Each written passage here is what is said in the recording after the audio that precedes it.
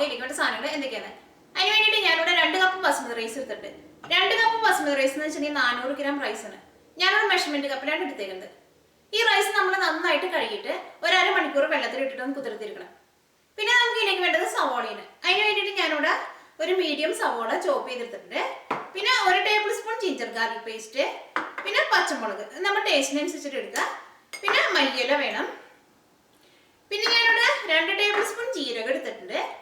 പിന്നെ 1/2 table spoon garam masala. പിന്നെ ഞാനിവിടെ ഒരു നാരങ്ങയുടെ പകുതി എടുത്തിട്ടുണ്ട്. പിന്നെ ഇത് റൈസ് ആക്കാൻ വേണ്ടിയിട്ട് ഇതിലേക്ക് നമുക്ക് ആവശ്യത്തിന് നെയ്യും വേണം. അത് 2 കപ്പ് റൈസ് എടുത്തിട്ടുണ്ടെങ്കിൽ അതിന്റെ ഡബിൾ വെള്ളം എടുക്കുക. അപ്പൊ നമുക്ക് നോക്കത്തേക്ക് ജീര റൈസ് ആക്കാന്ന്. നമുക്ക് റൈസ് ആക്കാൻ വേണ്ടിയിട്ട് ഒരു പാൻ വെച്ചിട്ട് ചൂടാക്കാം. ഇതിലേക്ക് നമുക്കൊരു 4 ടേബിൾ സ്പൂൺ നെയ്യ് ചേർക്കാം.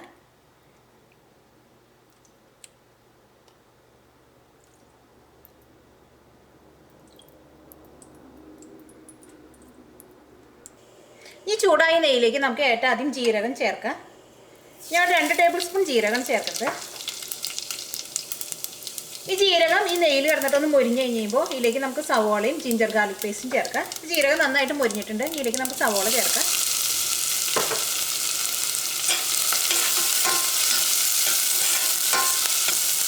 ഇതിലേക്ക് നമുക്ക് ജിഞ്ചർ ഗാർലിക് പേസ്റ്റ് ചേർക്കാം.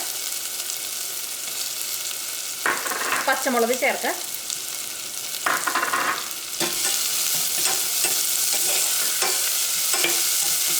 ആ ജീരകം നമ്മൾ നല്ല ചൂടായ നെയ്യിലേക്ക് നമ്മൾ ചേർക്കുമ്പോൾ ജീരകം കരിഞ്ഞു പോകാതെ നോക്കണം.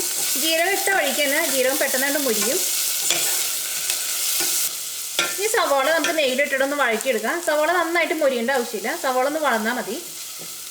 ഇപ്പം സവോളയ്ക്ക് നന്നായിട്ട് വളർന്നിട്ടുണ്ട്. ഇനി ഇതിലേക്ക് നമുക്ക് റൈസ് വേവിക്കാനുള്ള വെള്ളം ചേർക്കാം. അത് 2 കപ്പ് റൈസ് എടുത്തിട്ടുണ്ടെങ്കിൽ 4 കപ്പ് വെള്ളം ചേർക്കാം. ഇതിലേക്ക് നമുക്ക് 4 കപ്പ് വെള്ളം ചേർക്കാം. ഈ തീ നന്നായിട്ടൊന്ന് കൂട്ടി വയ്ക്കുക. ഇനി വെള്ളത്തിലേക്ക് നമുക്ക് ആവശ്യത്തിന് ഉപ്പ് ചേർക്കാം. വെള്ളത്തിൽ ഉപ്പ് ചേർത്ത് കഴിഞ്ഞിട്ട് നമ്മൾ ഈ വെള്ളത്തിൻ്റെ ടേസ്റ്റ് ഒന്ന് നോക്കണം, ഉപ്പ് പാകമാണോന്ന്.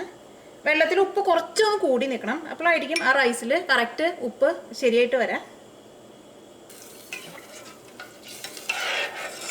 നമുക്ക് മൂടി വെച്ചിട്ട് ഈ വെള്ളം നന്നായിട്ട് തിളപ്പിക്കുക. ഈ വെള്ളം നന്നായിട്ട് തിളച്ച് കഴിഞ്ഞിട്ട് വേണം ഇതിലേക്ക് നമുക്ക് മല്ലിയിലയും നാരങ്ങ നീരും ഗരം മസാലയും ചേർക്കാൻ വേണ്ടിയിട്ട് നമുക്കിത് മൂടി വയ്ക്കാം. അപ്പോൾ വെള്ളം നന്നായിട്ട് തിളച്ചിട്ടുണ്ട്. ഇതിലേക്ക് നമുക്ക് മല്ലിയില ചേർക്കാം.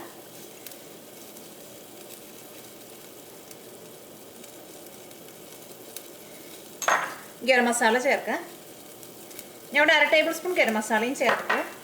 ഈ നാരങ്ങയുടെ നീര് ചേർക്കുക. ഞാനിവിടെ ഒരു നാരങ്ങയുടെ പകുതിയാണ് എടുത്തേക്കുന്നത്. ഇത് 2 ടേബിൾ സ്പൂൺ ഉണ്ടാവും. ഇതിലേക്ക് നമ്മൾ ആ സോക്ക് ചെയ്ത് വെച്ചേക്കുന്ന റൈസ് ചേർക്കാം.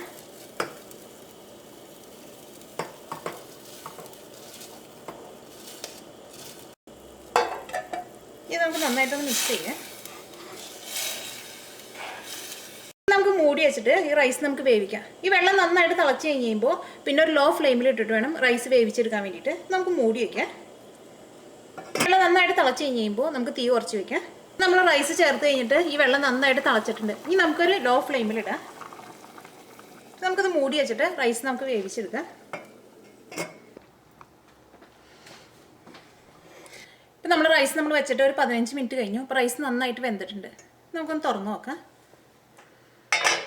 ഇപ്പം നമ്മൾ റൈസ് നന്നായിട്ട് വെന്തിട്ടുണ്ട്. ആ റൈസിൽ നമ്മൾ ചേർത്തേക്കുന്ന വെള്ളമൊക്കെ നന്നായിട്ട് വറ്റി നല്ല കറക്റ്റ് പാകമായിട്ടുണ്ട്. ഈ റൈസ് നമുക്കൊന്ന് മിക്സ് ചെയ്യാം. നമുക്കൊന്ന്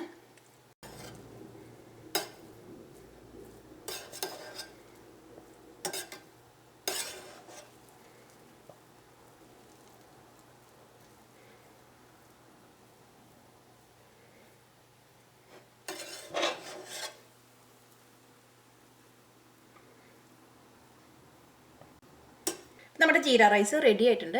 ഈ റൈസ് നമുക്കൊരു സർവിങ് പ്ലേറ്റിലേക്ക് പകർത്താം.